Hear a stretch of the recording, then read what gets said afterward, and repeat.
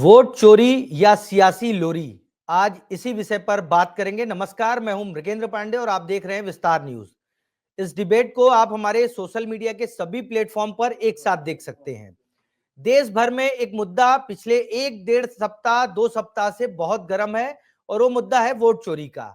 बिहार में राहुल गांधी और तमाम विपक्षी नेता इस मुद्दे को लेकर पदयात्रा कर रहे हैं, वोटरों के बीच जा रहे हैं और बोल रहे हैं कि वोट चोरी हो गया आपका, और अगर आपका वोट चोरी हो जाएगा तो आपको न राशन मिलेगा न पानी मिलेगा। ये मुद्दा बिहार के बाद दिल्ली पहुंचा। दिल्ली में आज सुप्रीम कोर्ट ने इस मुद्दे पर पॉलिटिकल पार्टीज को कुछ कहा है, उस पर भी बात करेंगे। लेकिन बिहार से दिल्ली होते हुए ये मुद्दा अब छत्तीसगढ़ पहुंच गया है। कांग्रेस और बीजेपी के तमाम नेता इस मुद्दे को लेकर एक दूसरे पर वार पलटवार कर रहे हैं। आखिर वोट चोरी है क्या? क्या वास्तव में लोगों के वोट काट दिए गए? क्या जिन लोगों के वोट काटे गए वो वास्तव में उस वोट चोरी के दायरे में आते हैं? इन सब विषयों पर आज विस्तार से बात करेंगे। हमारे साथ कुछ खास मेहमान भी जुड़ेंगे, लेकिन सबसे पहले आप हमारी ये रिपोर्ट देखिए। रिपोर्ट के बाद हम अपने मेहमानों से आपको मिलवाएंगे।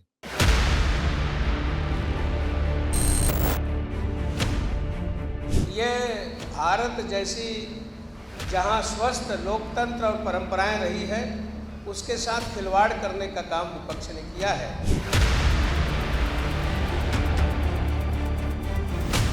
एसआईआर ये आयुक्त का विषय है, इलेक्शन कमीशन का विषय है, सीईसी का विषय है और इसके विषय में कोर्ट में है मामला। चुनाव आयोग का नाम काटने का काम कर रही कौन है, सबसे बड़ा सवाल। और क्यों नाम काटा जा रहा है, चुनाव आयोग जवाब नहीं दे रही है। टीएससी देव साहब या भूपेश बघेल साहब या चरणदास महंत साहब, ये वही बोलेंगे जो बोलने के लिए कहा जाएगा। तो आपने देखा कि वोट चोरी का मुद्दा आज देश में बहुत बड़ा मुद्दा बन गया है। बिहार में विधानसभा चुनाव होना है। विपक्षी पार्टी और भाजपा गठबंधन, या ये समझे कि इंडी गठबंधन और एनडीए, दोनों के बीच मुकाबला है बिहार में। लेकिन उस वोट चोरी की गूंज छत्तीसगढ़ तक पहुंच गई है। आज इसी विषय पर बात करने के लिए हमारे साथ भाजपा का पक्ष रखने के लिए शताब्दी पांडे जी हैं, प्रवक्ता हैं भाजपा की। आपका बहुत बहुत स्वागत है शताब्दी जी। श्रुति शुक्ला जी हैं जो कांग्रेस का पक्ष रखेंगी, कांग्रेस की प्रवक्ता हैं।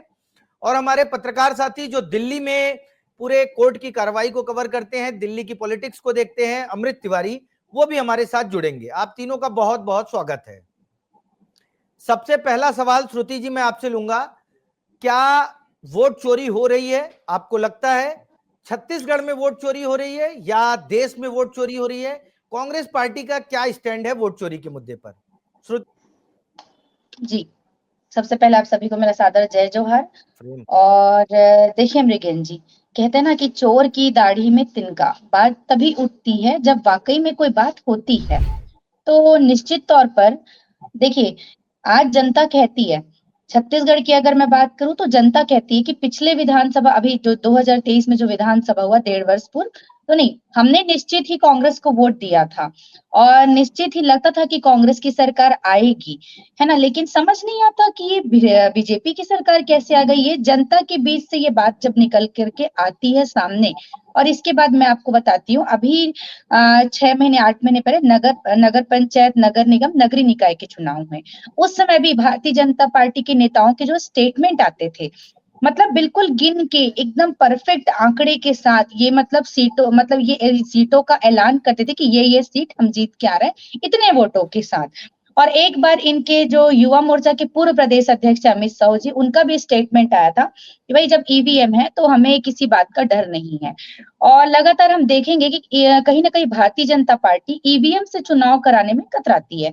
ठीक है, माननीय राहुल गांधी जी नेता प्रतिपक्ष होते हुए अपना काम कर रहे हैं। अनेक प्रकार से जनता के बीच से जब ये बात निकल करके आई कि कहीं ना कहीं जनता के अधिकारों का हनन हो रहा है, कहीं ना कहीं लोकतंत्र में जो है, मतलब लोकतंत्र के लोकतांत्रिक जो प्रक्रिया है उसका हनन हो रहा है, तो उन्होंने इस चीज के तह तक गए। वो और जब वो तह तक गए तो उनको पता चला कि उन्होंने अनेक प्रकार की, देखिए सोशल मीडिया के माध्यम से उन्होंने पब्लिक को जो है पूरा सबूत दिया, जनता के सामने सबूत रखा कि कैसे देखिए वोटर आईडी में स्कैम हुए हैं।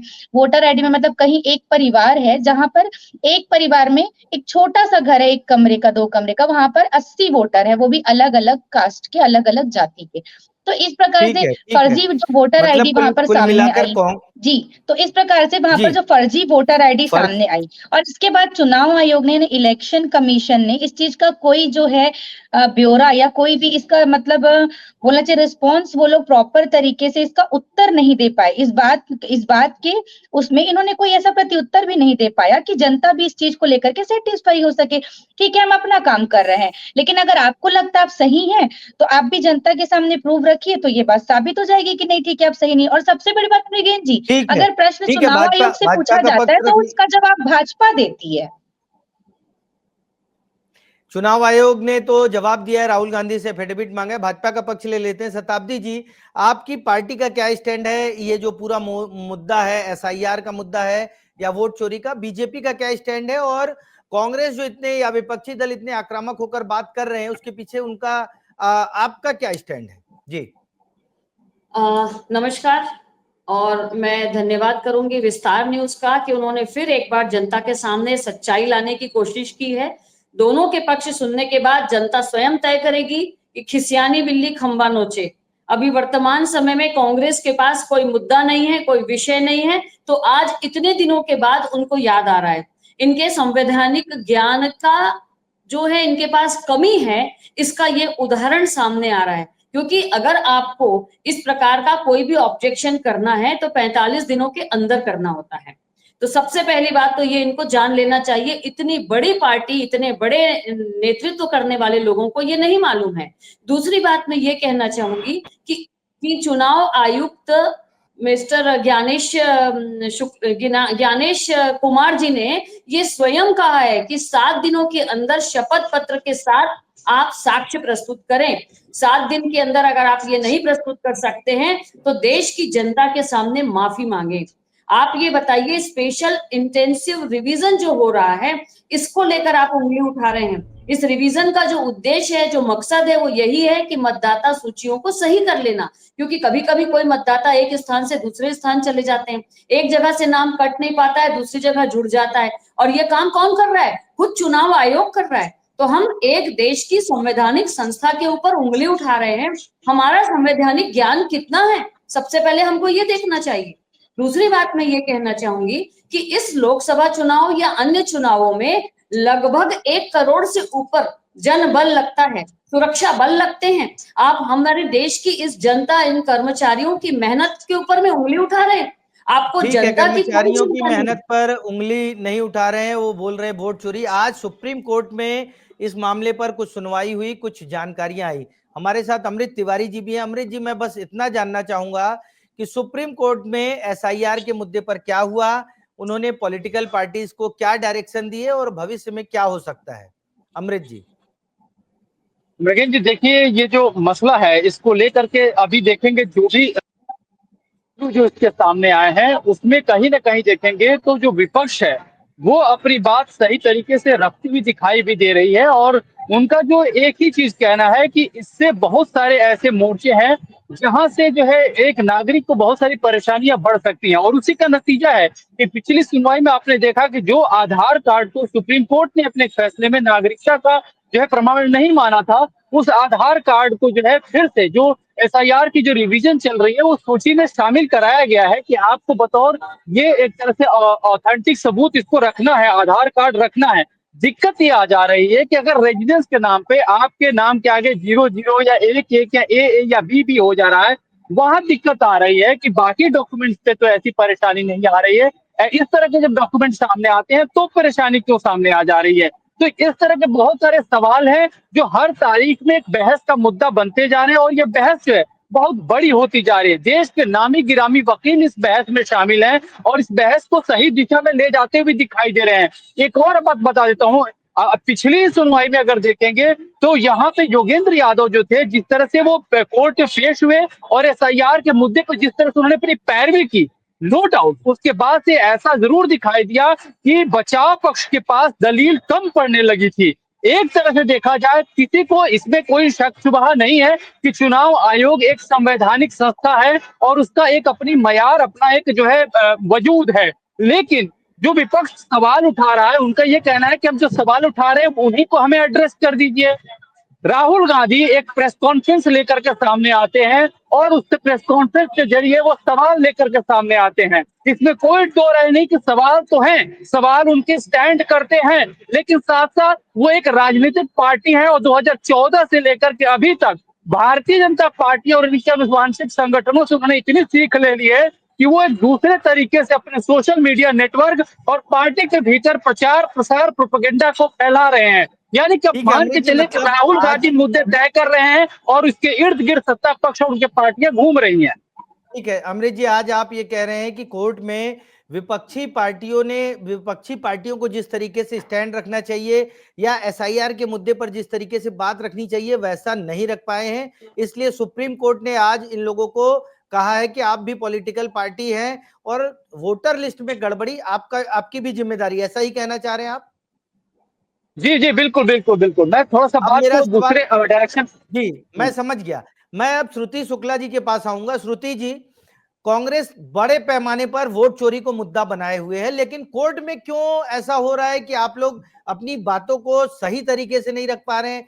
काफी सीनियर वकील लगे हैं, तमाम चीजें हैं, कहीं ऐसा तो नहीं लगता कि पॉलिटिकल एजेंडा बनाने के लिए राहुल गांधी ने पूरी प्रेस कॉन्फ्रेंस की हो और कोर्ट के पास जिस तरीके से तथ्य रखना वो नहीं रख पा रहे हो? श्रुति जी जी देखिए मृगेन जी, वोट चोरी का जो मामला है ये कहीं ना कहीं जनता के अधिकार का मामला है और कहीं ना कहीं जनता के जो अधिकारों का हनन हो रहा है उसको लेकर के विपक्षी पार्टियां, कांग्रेस पार्टी सहित अन्य विपक्षी पार्टियां आवाज उठा रही हैं।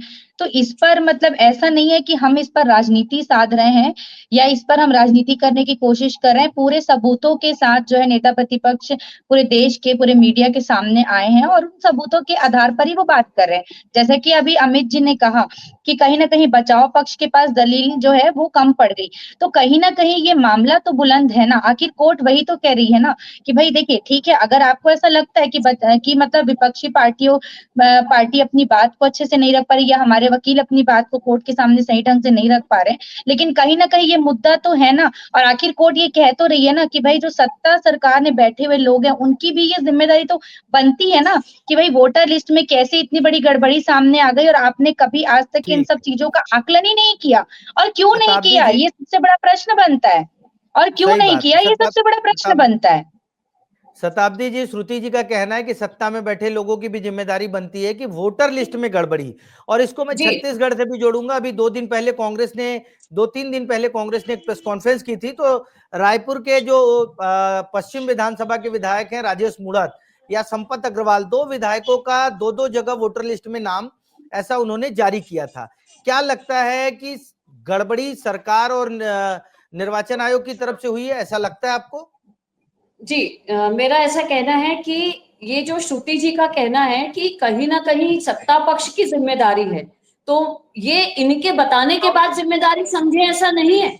आप ये देखिए कि ये जो सूची में जो संशोधन की बात आई है, एसआईआर की जो बात आ रही है, वो किस सत्ता के तरफ से हो रही है, किसकी सत्ता के तहत ये हो रहा है? आज चुनाव आयोग अगर ये एसआईआर कर रहा है तो सत्ता में कौन है?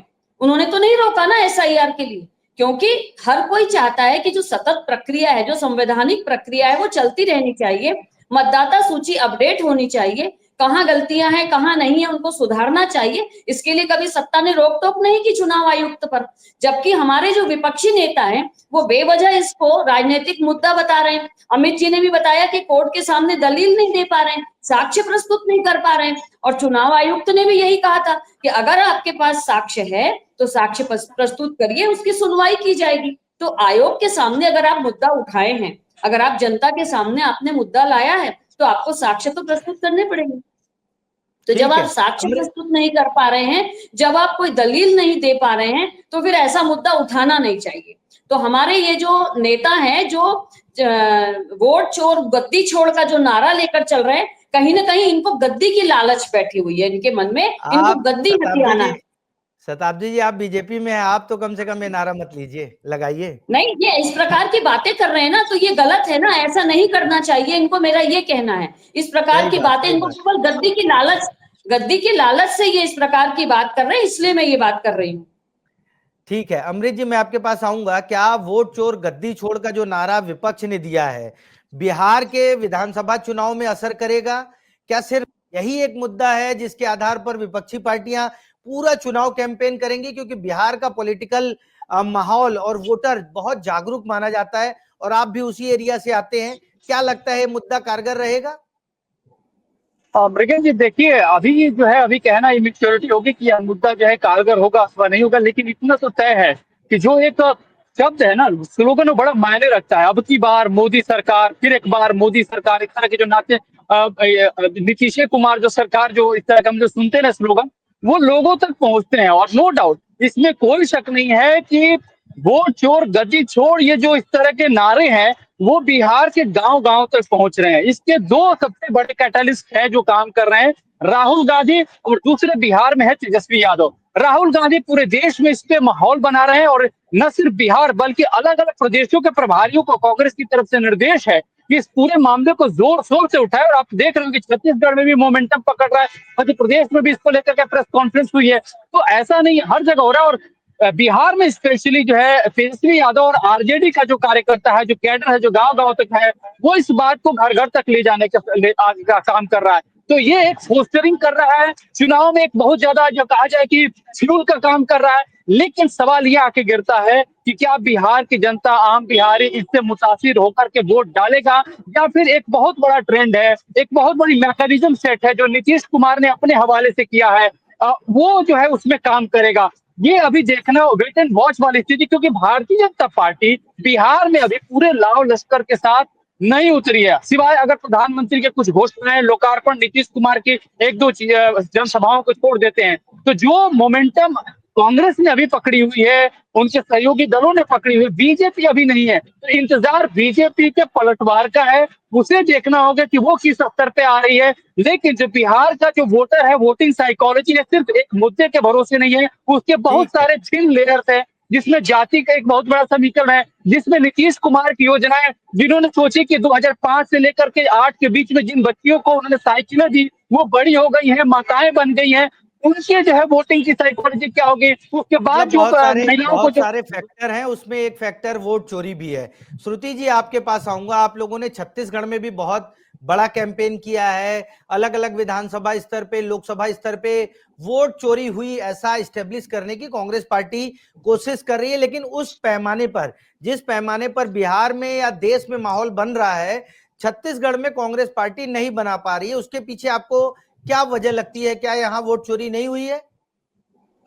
जी, देखिए मृगेन जी, छत्तीसगढ़ में माहौल इसलिए नहीं बन पा रहा है क्योंकि छत्तीसगढ़ में अभी इस मामले को लेकर के उस प्रकार से कांग्रेस पार्टी ने रूपरेखा तैयार करके जनता के बीच में अभी तक कांग्रेस पार्टी उतरी नहीं है। और अगर कांग्रेस पार्टी उतरती है तो निश्चित तौर पर आप देख लीजिए कि राहुल गांधी की बिहार में भी जो यात्रा चल रही, जो वोटर अधिकार यात्रा, उसमें किस प्रकार का जन सैलाब उमड़ा है हम देख सकते हैं। वो मतलब खरीद करके या बुलाई गई भीड़ नहीं है, वहां पर आम जनता जो है अपने अधिकार को लेकर के जागरूक हो रही है और उस रैली में राहुल गांधी के साथ शामिल हो रही है। तो देखिए, कहीं ना कहीं उनके संवैधानिक हकों का जो हनन हुआ है, उस चीज को जनता समझ रही। तो उस जन सैलाब से समझ आता है कि कहीं ना कहीं जनता इन सब चीजों को समझ रही है और इस बात में कुछ तो सच्चाई है। तभी पूरे सबूतों के साथ जो नेता प्रतिपक्ष मैदान में उतरे, क्योंकि छोटा मोटा मुद्दा नहीं है। और निश्चित तौर पर जब छत्तीसगढ़ में भी इस मामले की शुरुआत होगी तो देखना कि जनता का किस प्रकार से जन सैलाब इन सब चीजों में सामने, वोटर अधिकार के लिए जो अभी जो कांग्रेस पार्टी लड़ाई लड़ रही है उसमें कैसे जनता सामने आती है। और रही बात लड़ाई लड़ने की, तो मैं उसमें एक बात और कहूंगी कि लगातार हम देख रहे हैं मेघन जी कि जब भी हम चुनाव आयोग से सवाल करते हैं तो चुनाव आयोग एकदम प्रॉपर सेटिस्फाइंग आंसर तो हमको दे नहीं पाती है। हाँ, लेकिन हम जब चुनाव आयोग से सवाल करते हैं तो मतलब बुरा जो है, मतलब मिर्ची जो है भारतीय जनता पार्टी के नेताओं को, इनके प्रवक्ताओं को जरूर लगती है। और चुनाव आयोग हमको जवाब दे ना दे, ये हमको जरूर जवाब देते हैं। मुझे ये समझ नहीं आता है, मैं इस डिबेट के माध्यम से पूछना चाहूंगी कि चुनाव आयोग के प्रवक्ता बनने का काम भारतीय जनता पार्टी के लोग क्यों करते हैं? निश्चित तौर पे चुनाव आयोग हमारा साथ नहीं देगी, हमको पता है। वो अपने कर्तव्यों से बंधी हुई है, है भाई, अपने सरकार के, अपने आकाओं के कर्तव्यों से बंधी हुई है। लेकिन निश्चित तौर पे कोर्ट में जब बात गई है तो ये जरूर क्लियर हो जाएगा बहुत ही जल्द। श्रुति जी, चुनाव आयोग सरकार से बंधा नहीं है, चुनाव आयोग संवैधानिक संस्था है। जी बिल्कुल संवैधानिक संस्था है, लेकिन तब तक जब तक ये अपने अधिकारों को समझे, अगर इतना बड़ा सवाल किसी नेता ने उठाया है तो ये छोटी मोटी बात नहीं है, इस पर भी जनता वो जरूर विचार करेगी। ठीक है, शताब्दी जी आपके सवालों का जवाब दे देंगी। आप लोग, चुनाव आयोग से कांग्रेस सवाल करती है और जवाब आप लोग देते हैं, इसको लेकर तकलीफ है कांग्रेस को, उसका जवाब दे दीजिए आप। निश्चित रूप से सबसे पहले तो इनको संवैधानिक ज्ञान का अभाव है। ये इतने बड़े चुनाव आयोग पर मनमाने आरोप लगाते जा रहे हैं ये कांग्रेस के लोग स्वयं स्वीकार कर रही हैं कि छत्तीसगढ़ में अभी सही तरीके से मुद्दे को रख नहीं पा रहे हैं। इसलिए नहीं रख पा रहे हैं क्योंकि साक्ष्य नहीं है। चुनाव आयोग का कहना है कि 45 दिनों के अंदर ही आपको आपत्ति दर्ज करानी चाहिए थी। अब जब बिहार में चुनाव आए हैं उस समय ये आपत्ति दर्ज करा रहे हैं, तो समझ में आ रहा है कि इसका उद्देश्य क्या है। और जब इसका ये उद्देश्य है तो दूसरी जो पार्टी है, जो सत्ता में पार्टी है, जिसके रहते हुए चुनाव आयोग पर ये आरोप लगाए जा रहे हैं। फिर वोट चोरी की जो आप बात कर रहे हैं, तो आप किसको बोल रहे हैं भाई वोट चोर? ये तो आप स्वयं भी समझ रहे हैं। तो जो हर कोई व्यक्ति अपने पक्ष में बात रखने के लिए उसको संवैधानिक अधिकार है। इसलिए हमारी पार्टी की ओर से इस प्रकार की बातें न की जाए, संवैधानिक संस्था के ऊपर किसी प्रकार का आरोप न लगाया जाए, ये बात कह रही है। इसमें कोई गलत नहीं है। मेरा कहना है कि अभी तक राहुल गांधी जी ने शपथ पत्र क्यों नहीं जमा किया? अगर उनके पास में कोई साक्ष्य है तो, या वो गलत नहीं बोल रहे हैं तो, जैसा कि श्रुति जी कह रही है ये कुछ गलत नहीं बोल रहे हैं कांग्रेस के लोग, तो शपथ पत्र क्यों नहीं जमा करते हैं? दूसरा मेरी एक मांग है कि राहुल गांधी पर और जितने भी कांग्रेस के नेता इस प्रकार के संवैधानिक संस्था पर आरोप लगा रहे हैं, उनके ऊपर आपराधिक मामला दर्ज करना चाहिए। क्योंकि ये एक नैरेटिव सेट किया जा रहा है, ये जबरदस्ती ये इस बिहार के चुनाव को देखते हुए एक मुद्दा उछाला गया है। 45 दिन तक ये क्यों नहीं किया उन्होंने? इतने दिन तक नींद में सोए हुए थे, आज क्यों इस मुद्दे को उठाया है? एक और बात मैं कहना चाहूंगी कि जिस शाकुनी की बात ये कह रहे थे कि उसने 2 जगह वोट दिया है, ये गलत है। ऐसा नहीं है। उन्होंने, चुनाव आयोग ने इसको जांच करके साबित करके बताया कि उन्होंने एक ही जगह वोट दिया है। इस मुद्दे पर क्यों नहीं ये बात करते हैं? ये शकुनी मामा इस शाकुनी की सच्चाई को जान ले जा करके। शताब्दी जी, मैं सवाल करना चाह रहा हूँ आपसे। जी, कौन बोल रहे हैं? जी मैं अमृत बोल रहा हूँ यहाँ दिल्ली से। मैं ये पूछना चाह रहा हूँ कि आपने जो अभी बातें कही हैं कि जो बातें बता रहे हैं 45 दिन की, लेकिन हमने जब प्रेस कॉन्फ्रेंस राहुल गांधी की सुनी, चाहे चुनाव आयोग की, दोनों में मैं शामिल था, एक चीज मुझे समझ में नहीं आई कि राहुल गांधी तो शुरू से मांग रहे हैं कि मुझे डिजिटल डेटा मुहैया करा दीजिए, तो फिर डिजिटल डेटा मुहैया क्यों नहीं कराएगी? यही बात तो सवाल में उठा रहे हैं कि मुझे डिजिटल डेटा नहीं दिया गया। दूसरा उन्होंने आरोप लगाया कि मुझे 7 फीट का, उन्होंने जो चुनाव प्रेस कॉन्फ्रेंस कर रहे थे चुनाव आयोग के खिलाफ, तो पुलिंदा दिखाया कि मुझे ये हार्ड कॉपियां दी, इनकी समीक्षा करने में टाइम लग गया मुझे 6 महीने का। और उसके साथ ही वो दोहरा रहे हैं कि पहले मेरे पास। अमित जी, आप भी ये जांच लीजिए कि लिखित में उन्होंने 45 दिन के अंदर चुनाव आयोग के सामने यह अभ्यावेदन या आवेदन प्रस्तुत किया था क्या? नहीं किया है ना। तो मुद्दा मैं इसलिए बता रहा हूँ। देखिए, लॉलीपॉप मांगने वाला बच्चा अगर रोता रहेगा कि मुझे चॉकलेट चाहिए, बिस्किट चाहिए, रोने से बच्चे को कुछ नहीं मिलेगा, उसको प्रॉपर वे में आवेदन देना पड़ेगा। बिल्कुल, आप दुरुस्त फरमा रही है, लेकिन इसमें एक जाके हम जैसे पत्रकारों की जो है गाड़ी वहां अटक जाती है जब अखिलेश यादव फर्रा लेके पहुंच जाते हैं संसद भवन में और दिखाते हैं कि मैं तो बकायदा शपथ पत्र दिया था, उसका कोई जवाब ही नहीं आया। ये अखिलेश यादव के जो है बयान है, रिकॉर्डेड है, आप हर मीडिया मंचों पे देख सकती हैं। यहाँ चुनाव आयोग फंस रहा है। और सबसे बड़ी बात ये हो जा रही है कि चुनाव आयोग से जब सवाल किए जाते हैं तो वो मोरालिटी की दुहाई दे रहे हैं। नो डाउट एक संवैधानिक संस्था है और राहुल गांधी और बाकी जो टीम कर रही है चुनावी फायदे के लिए कर रही है, इसमें कोई शक नहीं है। लेकिन जो सवाल उठ रहे हैं, चाहे अखिलेश यादव कर रहे हो, चाहे डिजिटल डेटा का हो, ये क्यों नहीं आ रहा है? उठाया गया है, आप भी स्वीकार कर रहे हैं, मैं भी स्वीकार कर रही हूँ। देश की जनता मूर्ख नहीं है। देश की जनता देख रही है कि बिहार के चुनाव के समय ये यात्रा निकाल रहे हैं, इनकी यात्राओं का कोई फायदा मिलने वाला नहीं है। शताब्दी जी, अगर आप सही हैं तो डेटा मुहैया करा देना था ना चुनाव आयोग को। अगर आप लोग सही हैं तो चुनाव आयोग को डेटा मुहैया करा देना था आपको, तो फिर ये सब बात ही नहीं होती। कहीं ना कहीं चुनाव आयोग भी तो अपनी जिम्मेदारियों से हटने का, अपनी जिम्मेदारियों से भागने का प्रयास कर रही है। अगर आप एक संवैधानिक संस्था है तो उस प्रकार से आप कार्य भी करिए ना, तो आपके ऊपर सवाल क्यों उठेगा? आपसे जितने डेटा मांगे गए थे, जितनी सीसीटीवी फुटेज मांगे गए थे, आपने तो कुछ भी नहीं दिया। ऊपर से आपने बोल दिया कि नहीं ये निजता का हनन है। अगर ये निजता का हनन है तो फिर वहां पर कैमरा कैसे इंस्टॉल कर दिया जाता है? अरे भाई, चुनाव आयोग किसी भी प्रकार से डेटा देने में तो सक्षम है, आपको किसने रोका है? तो वहीं पे दूध का दूध पानी हो जाता। नहीं, आप कह रही कि पहले मुद्दा नहीं उठा, ये मुद्दा बहुत पहले से उठा है। गलती जो है इलेक्शन कमीशन की कि उन्होंने कभी डेटा नहीं दिया, कभी विपक्षी पार्टियों को उन्होंने सपोर्ट नहीं किया। अगर उनको लगता था वो सही है तो बाकायदा उन्हें डेटा दे देना था, और तो सब कुछ दूध का दूध पानी का पानी हो जाता निश्चित तौर पर। लेकिन नहीं, चोर की दाढ़ी में तिनका। कहीं ना कहीं आपको पता है कि आप सत्ता सरकार के साथ बने हुए, आपने खुद निजता का हनन किया, आपको पता है। आप अपनी गरिमा से बात करके कुछ नहीं मिलेगा मैडम। देखिए, अनेक प्रकार की संदेहास्पद बातें सामने आती, जिस प्रकार से फर्जी वोटर आईडी सामने आती कि एक व्यक्ति दो जगह वोट देता है, ये कोई छोटी मोटी बात नहीं है। भारतीय जनता पार्टी ने कुल मिलाकर के लोकतंत्र को मजाक बना करके रख दिया है। ये जनता भली बाती समझ रही कि किस प्रकार से अब जनता की निजता का, उनकी लोकतांत्रिक जो उनके अधिकार है उनका आप लोग जो हनन कर रहे हैं ना, अपनी सत्ता का जो दुरुपयोग आप कर रहे हैं, ये जनता बहुत अच्छे तरीके से समझ रही है। और इस पर अगर विपक्ष आवाज उठाती तो आपको बुरा लगता है तो बुरा लगे, बिल्कुल लगना भी चाहिए बुरा।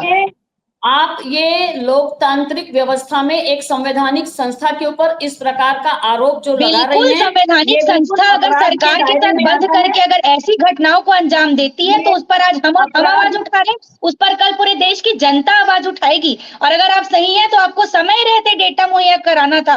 आप भी एक पार्टी के उससे बंधी हुई है, इसलिए ज्यादा कुछ आप बोल नहीं सकती हैं, लेकिन जानती तो सब होंगी, इतना तो समझ रही होंगी कि अगर सही है हम तो हमें कोई परेशानी नहीं होनी चाहिए सबूत को देने में। हम बिल्कुल क्लियर उस चीज का सबूत हम ला करके लोगों के सामने रखेंगे, ना कि हम उस चीज को टालेंगे जो कि चुनाव आयोग ने किया है। आज जनता जान रही है मृगेन जी कि किस प्रकार से ईडी और चुनाव आयोग किस प्रकार से ये लोग मतलब काम करते आ रहे हैं सरकार के उसमें, ये जनता देख रही है। इनका जो विश्वसनीयता खत्म हो चुका है। नहीं श्रुति जी, ईडी का कोई मतलब नहीं है यहाँ अभी चुनाव और वोट की नहीं, बात मतलब मैं बता रही हूँ कि जिस प्रकार सरकारी संस्थाएं हैं ना, ये सब जनता देख रही कि किस प्रकार से इनकी विश्वसनीयता खत्म हो चुकी है। ठीक है, शताब्दी जी आप जवाब दे दीजिए श्रुति जी के सवालों का। जी, मेरा ये कहना है, मैं बार बार यही कहूंगी कि चुनाव आयोग से ही आप मांग कर रहे हैं ना, तो चुनाव आयोग ने जो कहा है आपके सरगना राहुल गांधी जी से कि आप शपथ पत्र प्रस्तुत कर दीजिए, तो 7 दिन के अंदर वो अगर शपथ पत्र प्रस्तुत करते हैं तो आगे की सारी जो हमारी असमंजस की स्थिति है वो दूर हो जाएगी। बस हमारा भी यही कहना है, केवल टॉफी बिस्किट लॉलीपॉप मांगने से कुछ नहीं होगा। वास्तव में संवैधानिक तरीके से, कानूनी तरीके से उनको प्रक्रिया को अपनाना होगा। धन्यवाद। ठीक है श्रुति जी, कानूनी प्रक्रिया क्यों नहीं अपना रहे हैं राहुल गांधी? उनको अगर उनके पास एविडेंस है, तमाम चीजें हैं तो दे देना चाहिए। देखिए मृगेन जी, राहुल गांधी जी ने तो पूरे देश की जनता के सामने एक महत्वपूर्ण सबूत ला करके सामने रख दिया है। कहीं ना कहीं बोलना चाहिए कि इनकी दिल की धड़कनें तेज हो गई, इनकी कुर्सियां जो है अब हिलने लग गई हैं। कितनी बड़ी बात एक विपक्षी नेता जिनको ये इतने हल्के में लेते थे, उन्होंने कैसे कर दी, एक बात। दूसरी बात कि लगातार राहुल ये शपथ पत्र की बात करती, शपथ पत्र अभी बताया अमृत जी ने कि किस प्रकार से अखिलेश यादव जी ने जब शपथ पत्र दिया था तो उस चीज का चुनाव आयोग ने कोई जवाब नहीं दिया था। तो देखिए, कहीं ना कहीं इलेक्शन कमीशन स्वयं अपनी जिम्मेदारियों से बचने का प्रयास कर रही है। हमें कोई अधिकार नहीं, ना कोई शौक नहीं कि हम एक संवैधानिक संस्था पर, एक सरकारी संस्था पर उंगली उठाए, लेकिन आप स्वयं ही हमें मजबूर कर रहे हैं ना आप कोई डेटा उपलब्ध करा पा रहे हैं, ना आप कोई प्रॉपर आंसर दे पा रहे हैं। ठीक है, मतलब जानबूझ के जटिल प्रक्रिया में लोगों को उलझाने का प्रयास किया जा रहा है, अपने आप को बचाने के लिए, भारतीय जनता पार्टी को बचाने के लिए। आप स्वयं स्वीकार कर रही हैं कि संवैधानिक संस्था पर आपने किसी मजबूरी में ही सही उंगली उठाई, तो आप पर भी क्यों नहीं, आपकी पूरी पार्टी के बोलने वाले सारे नेताओं पर आपराधिक मामला दर्ज होना चाहिए। शताब्दी जी, बहुत जल्द दूध का दूध और पानी का पानी तो हो ही जाएगा। निश्चित तौर पर बहुत जल्द जनता के सामने सारी बातें आ ही जाएंगी। इतनी बड़ी बातें उठाने के लिए भी कलेजा चाहिए जो विपक्ष के नेताओं में है। हम सच्चाई की लड़ाई लड़ रहे हैं, न्याय की लड़ाई लड़ रहे हैं, तो बहुत जल्द जनता के सामने अभी तो ये छोटा सा क्लू आया है, आगे तो अभी बहुत लड़ाई बाकी है, देखिएगा। हम भी संवैधानिक बात कर रहे हैं और संविधान के तहत रहते हुए अगर आप कुछ मांग करेंगे निश्चित रूप से आपको उसका उत्तर मिलेगा, अन्यथा आपराधिक मामले दर्ज होने चाहिए। ठीक है, एक फाइनल कंक्लूजन लूंगा अमृत जी से, क्योंकि अमृत जी दिल्ली में है। अमृत जी, कोर्ट में अब आगे क्या होगा राहुल गांधी के पूरे मामले पर या विपक्ष के इस एसआईआर के मामले पर, कोर्ट में आगे क्या स्टैंड रहेगा, ये एक आप संक्षेप में बता दीजिए।